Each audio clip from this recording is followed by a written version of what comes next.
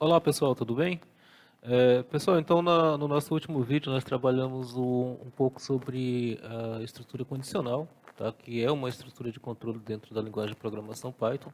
E além da estrutura condicional, a gente tem uma outra estrutura de controle também que é chamada de estrutura de repetição. Tá? Essas estruturas de repetição elas servem para que a gente é, repita alguns blocos de código para que não tenha necessidade que você digite várias vezes a mesma coisa, tá?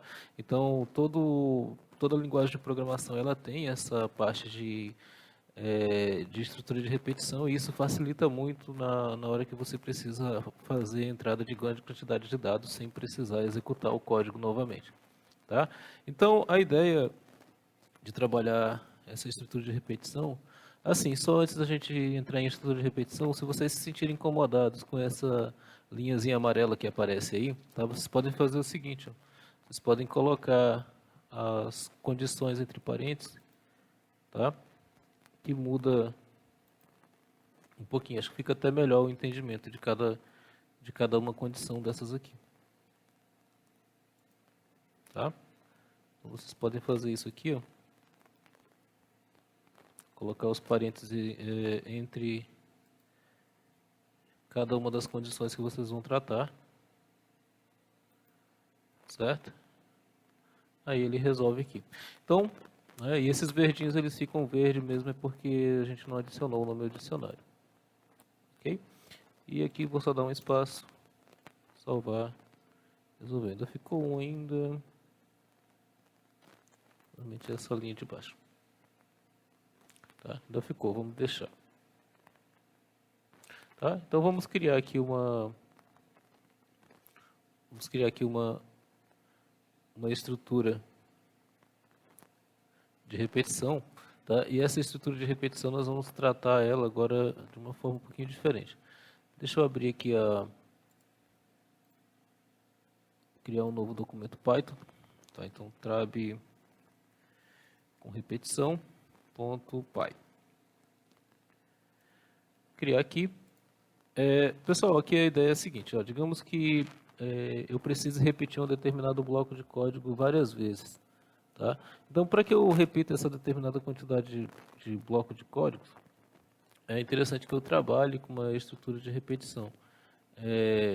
Por exemplo, eu preciso colocar uma sequência de números, né? Eu preciso colocar uma sequência de nomes, tá? Então, para que eu não precise estar digitando várias vezes o mesmo valor, tá? É interessante que eu crie uma estrutura de repetição.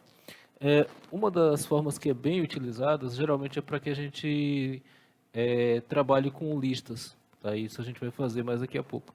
Então, vamos criar uma lista aqui, uma lista de nomes, e vou colocar alguns nomes dentro dessa minha lista, tá? Nós já vimos como é que cria uma lista, então eu vou colocar aqui alguns nomes de frutas ou produtos, sei lá, vou colocar aqui água,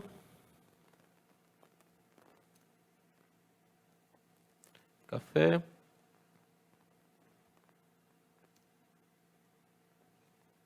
feijão, só pensa em comida, papel. Vou salvar aqui. Tá? As estruturas de repetições elas são interessantes quando a gente precisa trabalhar, né? A gente precisa fazer a leitura ou percorrer alguma lista, né? Percorrer cada uma dessas listas aqui. Digamos que quando eu for fazer a apresentação dessa lista, eu coloco aqui, né? E eu vou e coloco o nome dela, por exemplo, nomes, né? E eu vou ter aqui uma situação onde eu vou imprimir a minha lista. Alt Shift F10. Eu vou aqui trabalhando com repetição. Tá? Eu vou imprimir essa minha lista, ela vai aparecer aqui, ó. Água, café, feijão e papel. Tá? Ela apareceu dessa forma, mas digamos que eu queira mostrar isso de uma forma mais elegante. Aqui eu estou mostrando a lista toda, tá?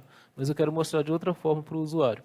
Então, quando eu tenho essa condição, eu posso utilizar uma estrutura de repetição que percorra cada uma dessas linhas aqui e imprima para mim. Uma dessas formas de estrutura de repetição é o que a gente chama de for. Tá? O for seria como se a gente é o equivalente ao para faça. Né? Para determinada condição, faça a repetição. Então, por exemplo, eu quero que percorra dentro dessa minha lista aqui e mostre os nomes de cada uma delas aqui. Tá? Como que eu vou fazer isso? Eu vou criar aqui um objeto para armazenar, né? Uma lista que a gente utiliza, uma lista ela é um objeto, tá? Tanto é que ela aceita qualquer tipo de dado que eu colocar aqui dentro. Então, eu vou simplesmente criar um objeto desse tipo de lista. Então, o ideal, né, é que eu crie alguma coisa que relacione com o nome dessa lista. Então, eu vou colocar, como o nome da lista é nomes, eu vou colocar aqui nomes, né, nome em nomes, tá? E aqui dentro eu vou colocar para ele imprimir, né, print o nome à medida que ele for percorrendo. Então, o que vai acontecer? Ele vai pegar esse for aqui, então, para nome em nomes, tá? Ele vai pegar essa lista e vai percorrer cada um, né, dessas linhas aqui e vai imprimir para mim o nome que ele for passar por dentro. Tá? Eu vou só colocar aqui, dar um Ctrl S e vou dar um F10 aqui para repetir. Ó, notem, a forma que ele fez já foi diferente. Tá? Ele está percorrendo cada uma das linhas que eu tenho aqui. Ó. Certo? Então, o que ele faz? Tá? Ele vai percorrer, né, essa minha variável nome, ele vai percorrer cada uma delas aqui.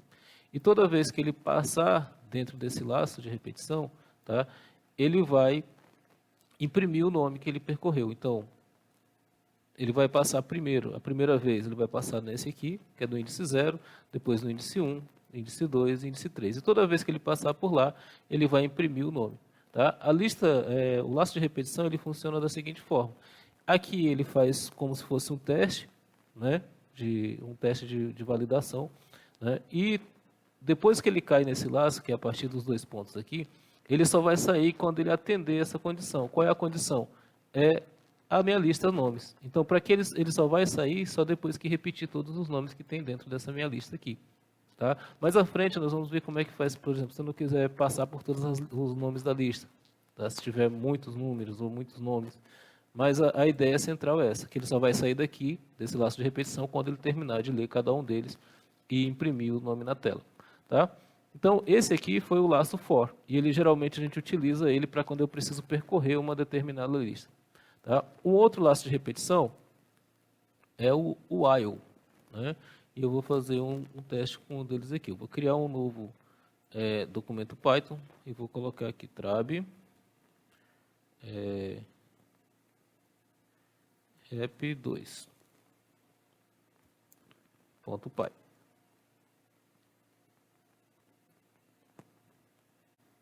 Tá? Então, como é que eu vou fazer isso? Eu vou utilizar uma estrutura chamada while. Tá? Só que essa estrutura chamada while, eu preciso de uma variável, tá? Uma variável de controle. E essa minha variável de controle, eu vou dar um número para ela de 100, tá? O tamanho de 100. Então, eu quero o seguinte, que ela imprima, tá? Até de 100 até 0. Tá? Eu quero que ela imprima esse valor na tela.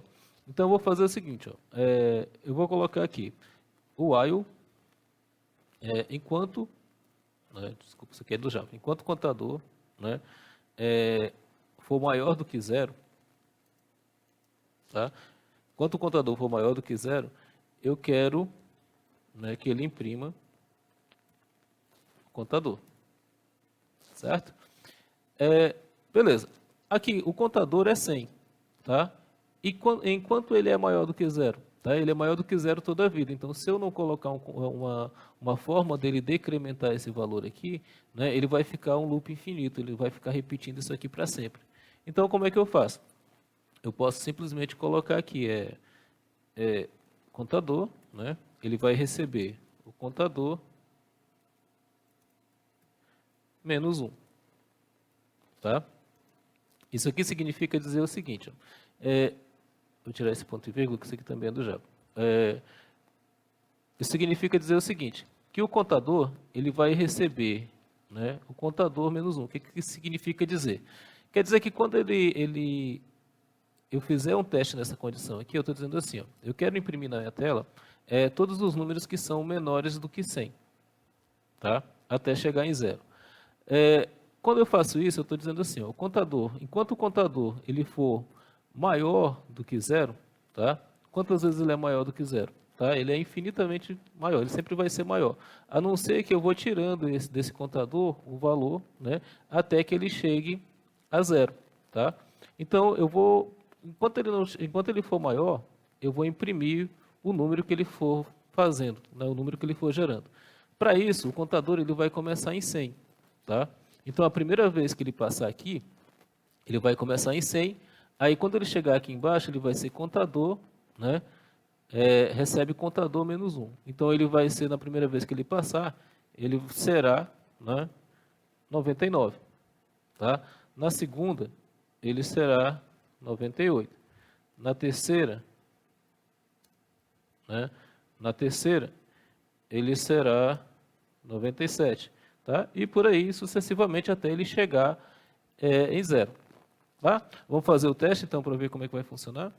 Vou colocar aqui Alt Shift F10, que é a primeira vez, né? Então, pronto.